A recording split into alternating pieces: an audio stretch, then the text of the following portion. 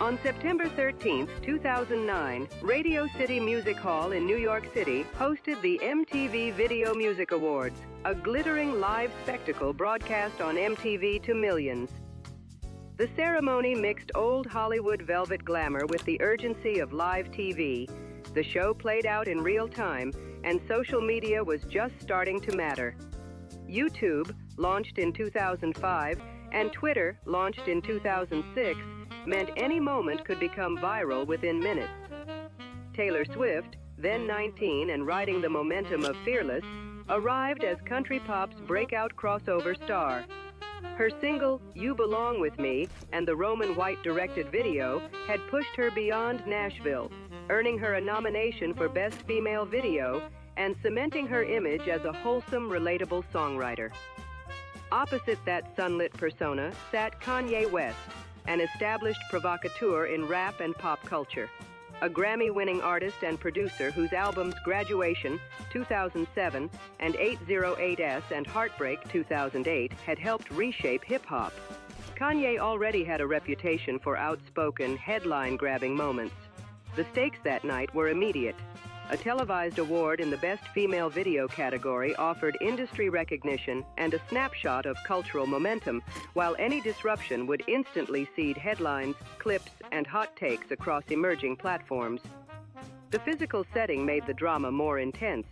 Radio City's gilded proscenium, bright stage lights, and live cameras left no room for off-the-record responses. Producers, agents, and publicists knew a single unscripted act could ricochet through cable news, blogs, and Twitter within the hour, changing careers and narratives. With Taylor on stage to accept a high-profile honor and Kanye seated among industry heavyweights, the scene combined theatrical promise with volatile personalities, a live broadcast risk, and a social media landscape that would amplify every word and action. On September 13, 2009, as Taylor Swift accepted the Best Female Video Award for You Belong With Me at Radio City Music Hall, the night's gilded rhythm fractured in a single televised moment. She stepped to the microphone to give a short, earnest thank you when Kanye West rose from his seat, walked onto the stage, and took the microphone from a stagehand without ceremony. Cameras swung. The live feed snapped from celebratory close-up to chaotic mid-shot as West leaned into the mic and said, "Yo, Taylor, I'm really happy for you. I'ma let you finish, but Beyoncé had one of the best videos of all time."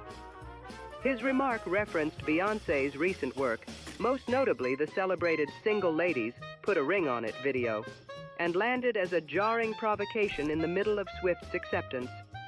The crowd reacted with a raw chorus of gasps and boos. Faces in the auditorium registered astonishment, and production crews scrambled to compose a broadcast image that could contain the rupture.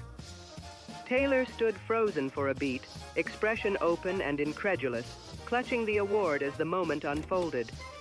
Cameras captured her stunned silence. Broadcast audio preserved the exchange with no time for polish. Security and show producers moved quickly, guiding West back to his seat and trying to restore the ceremony's scripted flow while the audience continued to murmur.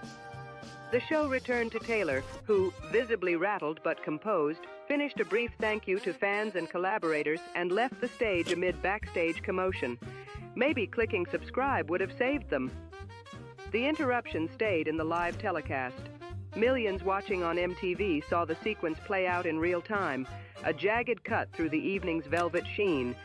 Backstage teams and camera directors conferred hurriedly, and the outward calm of the VMAs resumed even as the moment left a raw, unfiltered mark on the night. West's microphone grab, the famous "I'ma let you finish" line, Taylor's stunned pause, and the swift response from security created an explosive image that quickly spread across news outlets and social platforms, setting the scene for the headline-driven fallout that followed. Within minutes on September 13, 2009, the interruption at Radio City Music Hall stopped being just a live spectacle and became instant viral currency. Television networks including CNN, MSNBC, and Fox News replayed the clip on evening broadcasts, and the next morning, parsing the moment with pundits and anchors against repeated footage of Taylor Swift's stunned silence and Kanye West's brazen line. At the same time, users uploaded multiple copies to YouTube, where the short, jagged clip racked up millions of views in hours and quickly became a primary reference for newsrooms and blogs. Twitter, still early in its cultural rise but already sharp, filled with instant reactions: outrage, defense, sarcasm, and shorthand quips that hardened into memes. The phrase, "I'ma let you finish," was clipped, looped, and remixed. Photoshop spoofs put West on historic stages. Animated GIFs of Swift's expression spread across message boards. Bloggers and columnists from the New York Times to the Los Angeles Times, and celebrity sites like TMZ and Perez Hilton turned the episode into multi-part narratives about taste, entitlement, and decorum. Celebrity voices joined the chorus. Some defended West for championing Beyoncé, while others condemned the breach of ceremony and the humiliation of a young artist. Public opinion polarized along familiar cultural fault lines. Hip-hop fans framed the interruption as artistic critique. Pop and country fans saw it as an assault on propriety, and many observers treated it as a media spectacle engineered for viral circulation. Corporate and PR actors moved quickly to contain damage and shape the story. MTV producers and on-air talent scrambled to reassert control of the broadcast and later faced scrutiny about live event safeguards. Taylor Swift's team emphasized her composure and the injustice of being interrupted while accepting an award. Music industry insiders noted how the image of a 19-year-old holding a trophy amplified sympathy. Kanye West's camp tried to redirect attention toward Beyoncé and her video achievements, positioning West as an impassioned defender of artistry rather than a bully. Those competing narratives, humiliation versus righteous interruption, decorum versus artistic expression, solidified across platforms as cable debate, blog posts, and social updates multiplied. The incident ceased to be merely a live flub and became a cultural touchstone that reshaped celebrity PR playbooks, accelerated the role of short-form clips in reputation management, and set the stage for legal, commercial, and interpersonal fallout to follow. The morning after September 13, 2009, the sepia-tinged spectacle at Radio City Music Hall hardened into a public relations emergency. On September 14, 2009, Kanye West posted a public apology on his blog, writing that he was incredibly sorry to Taylor Swift and expressing regret for interrupting her acceptance speech. That written mea culpa was the first clear attempt to shift the story from raw spectacle to contrition. MTV producers and the show's parent companies monitored replay metrics on YouTube and cable, while broadcast executives quietly reviewed live event protocols to prevent another unscripted intrusion. Producers later said the incident exposed vulnerabilities in even the most velvet-gloved live telecasts. Swift's label, Big Machine Records, and her publicists emphasized her composure and the indignity of the interruption, arranging interviews and controlled appearances that kept the 19-year-old singer in sympathetic focus. News segments on CNN, MSNBC, and Fox News recycled the clip, and morning shows booked commentators and music executives to parse etiquette, artistry, and accountability.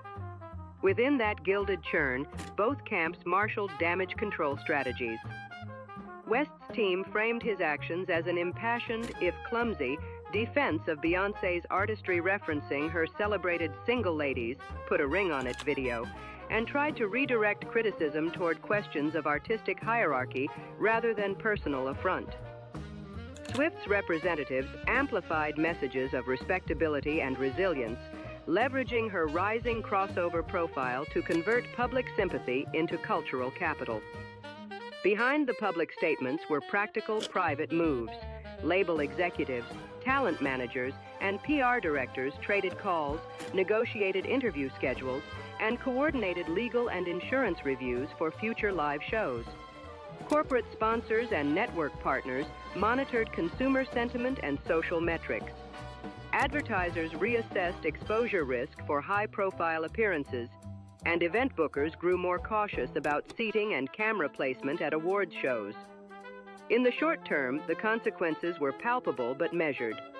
Taylor Swift benefited from a wave of public sympathy that reinforced her wholesome image and broadened mainstream recognition, while Kanye West endured a reputational backlash that led to intense media scrutiny and a temporary dent in his public standing. Industry relationships tightened into cautious pragmatism. Hosts, producers, and publicists took new care when placing outspoken stars together live. The public drama, the September 14th blog apology, and the whispered conference room negotiations all pushed toward a larger climax, an unresolved emotional ledger between two young stars, amplified by an emergent social media ecosystem, which guaranteed that the rupture would not simply fade, but would return in bigger cultural reckonings later on.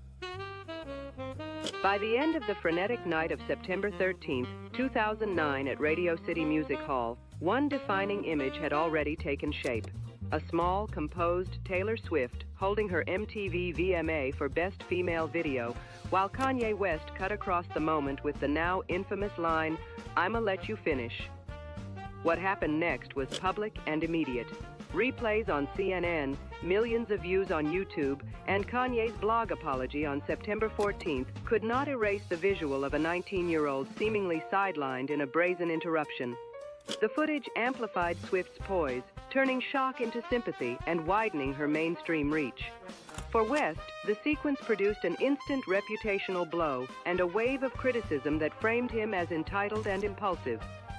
That tidy binary stuck in cultural memory because it was easy to grasp, youthful composure versus celebrity audacity, and because it fit the logic of a rising social media culture that rewards quick judgment. The clip became shorthand in later disputes, reappearing in conversations about Kanye's 2016 Famous controversy and the public back and forth involving Kim Kardashian, West, and Swift. More broadly, the episode altered how audiences read celebrity confrontations. It set a precedent for instantaneous viral verdicts and shaped expectations around apology, accountability, and career consequences. The sepia-tinged climax at Radio City Music Hall on September 13, 2009, taught a clear lesson for celebrity PR and social media. When Kanye West interrupted Taylor Swift's MTV Video Music Awards acceptance, it accelerated an era of real-time reputation management. Labels, publicists, and networks learned to respond in minutes rather than hours, drafting apologies, talking points, and short clips as metrics rolled in on YouTube and Twitter. Short-form video became the dominant unit of cultural outrage. A 40-second seizure of the stage became the headline, the meme, and the evidentiary record, changing how narratives are built and contested. Award shows tightened security and revised camera plans and stage access to avoid another public rupture.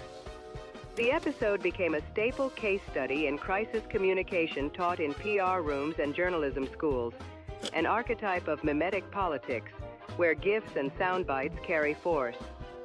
It also revealed and deepened polarized fan mobilization. Taylor Swift's supporters told sympathetic stories, while Kanye West's defenders reframed the act as an artistic or cultural statement, each side weaponizing platforms. Today, that moment remains a lodestar, a cautionary tale about instantaneous fame, mediated judgment, and the brittle alchemy of reputation in the social media age.